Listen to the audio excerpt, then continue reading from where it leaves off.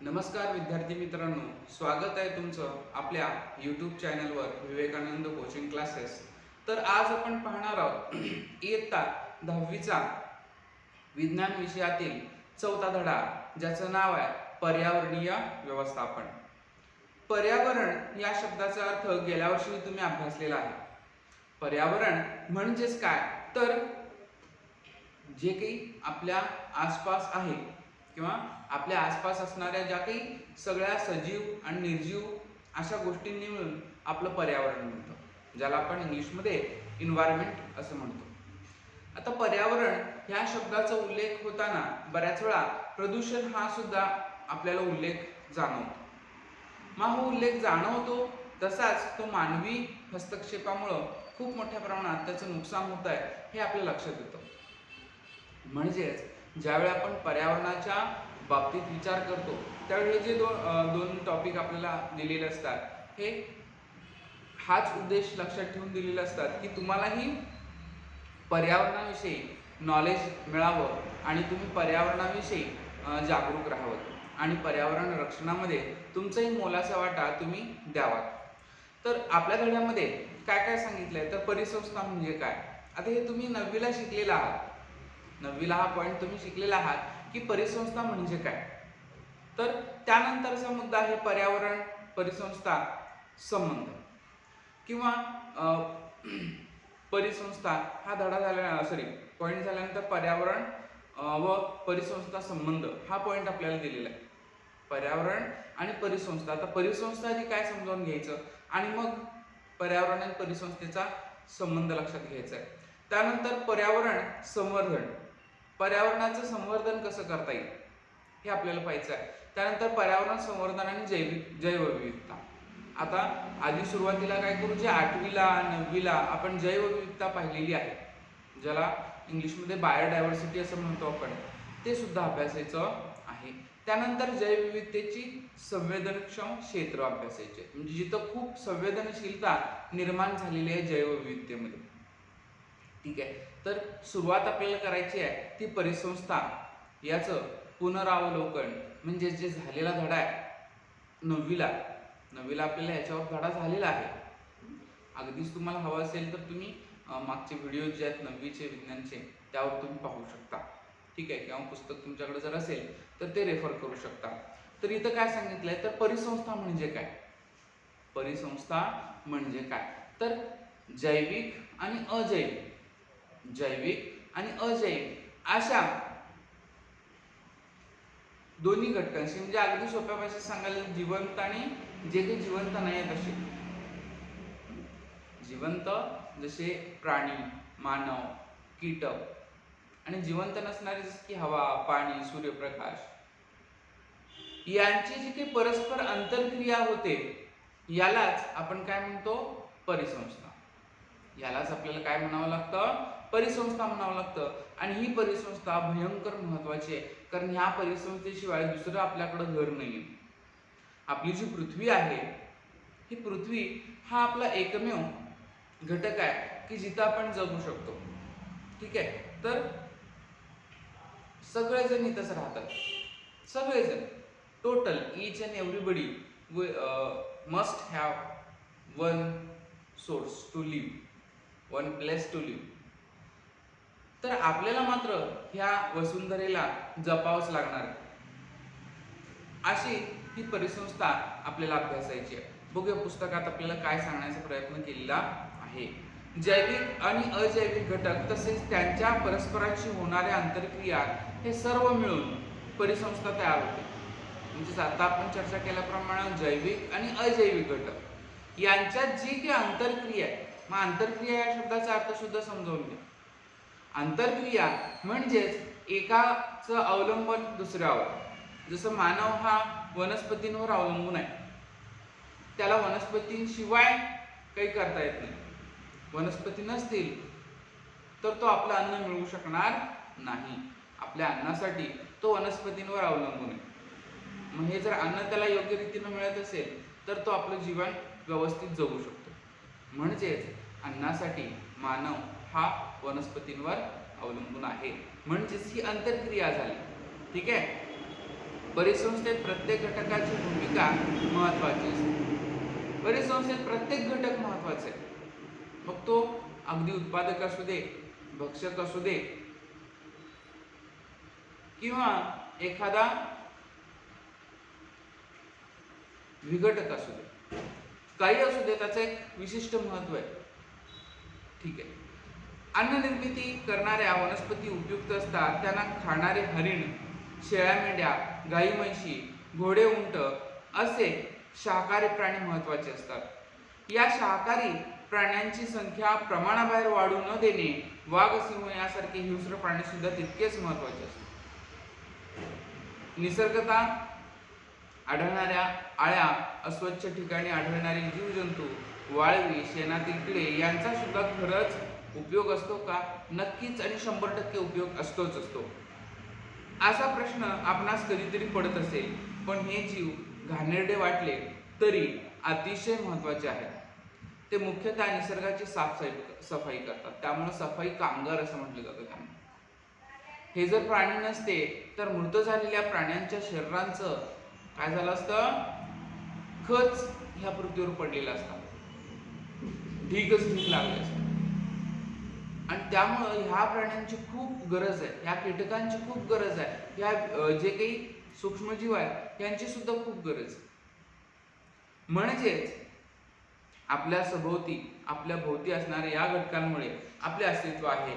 यासाठी सर्व घटकांची योग्य ती काळजी आपण घेतली पाहिजे। जसं आपल्याला शेजारी आकृतीमध्ये एक अन्न साखळी दिलेली आहे की ज्याच्यामध्ये सगळ्यात सुरुवातीला गवत जे आहे ते काय करतं? उत्पादन करतं। गवत काय करतं? उत्पादन करतं, जेणेकरून काय होतं? नाकतोड्याला लागणारे जे काही कीटक आहेत आणि जो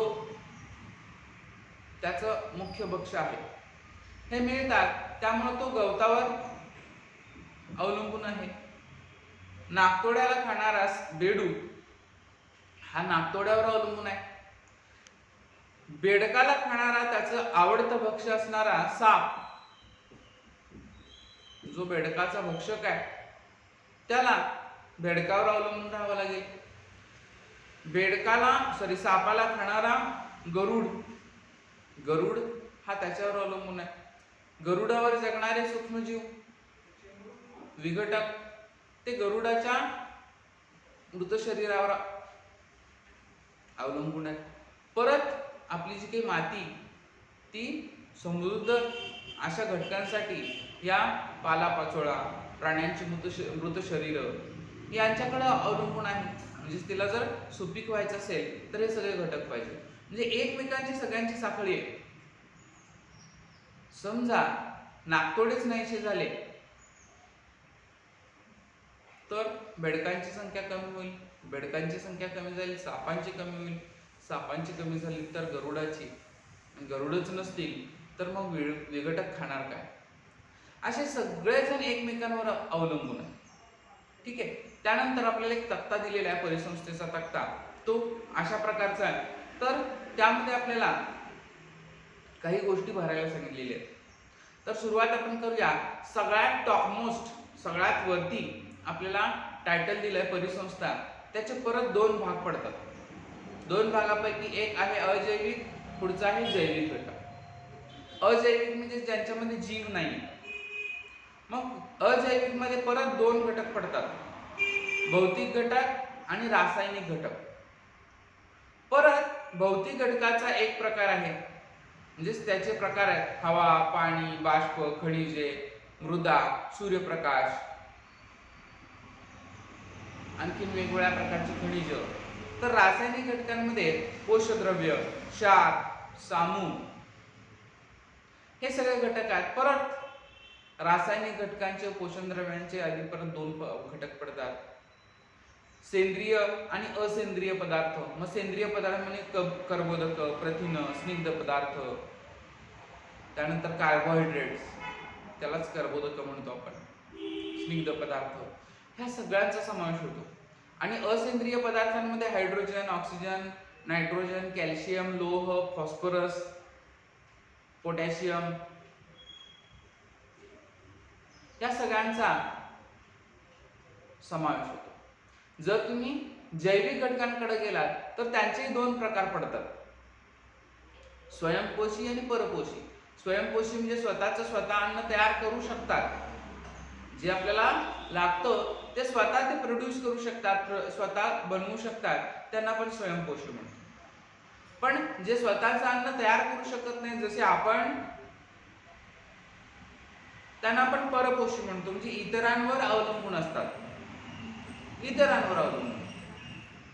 मग स्वयंपोषी मध्ये उत्पादक हे येतात, मग त्यात एकमेव असे आहे की जे वनस्पती आहे, यांच्याशिवाय कोणी उत्पादक नाही. उत्पादक कोणी नाही. मग त्यानंतरचा घटक जो जैविक घटकाचा दुसरा मुद्दा आहे तो परपोषी आहे. मग परपोषींमध्ये सुद्धा प्राणी आणि विघटक असे दोन प्रकार पडतील. मग प्राण्यांमध्ये वेगवेगळे प्रकार आहेत. मग प्राथमिक भक्षक, द्वितीयक, तृतीयक, चतुर्थ, सर्वोच्च भक्षक असे वेगवेगळे प्रकार पडतील. पण जैविक विघटकांचा विचार करतो आपण त्यावेळी ते जीवाणू आहे, आणि जीवाणू काय करत असतात, मृत शरीरांचं, मृत वनस्पतींचं विघटन करण्यामध्ये निसर्गाची मदत करत असतात. आणि हे खूप मोठं आणि महत्त्वाचं काम आहे. आपल्याला जरी ते घाणेरडं वाटत असेल तरी ते खूपच महत्त्वाचं आहे, जेणेकरून जे निसर्गाकडून मिळालेलं आहे ते निसर्गापर्यंत पोहोचतं. ठीक आहे. आता पुढचा भाग एक उदाहरण दिले तुम्हाला. दक्षिण भारतामध्ये भारतामध्ये विविध राज्यात किंवा सगळ्याच दक्षिण भारतामध्ये खूप मोठ्या प्रमाणात भात शेती केली जाते. या भात शेतीवर अवलंबून असणारे बरेचसे कीटक असतात. या कीटकांवर अवलंबून असणारे नागतोडे, बेडूक, पाली, सरडे असे द्वितीयक भक्षक असतात.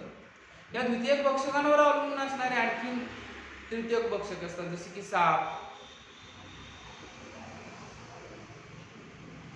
किंवा अजून तत्सम प्राणी. या साप किंवा अशा प्राण्यांना सर्वोच्च भक्षक खातात. या सर्वोच्च भक्षकांचं ज्यावेळी मृत शरीर येतं, कारण त्यांना कोण खाणार नसतं, पण ते स्वतः ज्यावेळी मरतात त्यावेळी त्यांच्या शरीराचं विघटन करावं लागतं, आणि ते विघटन जे आहे ते काय होतं, ह्या विघटकांमार्फत होतं. हे सांगण्याचा इथं प्रयत्न केलेला आहे.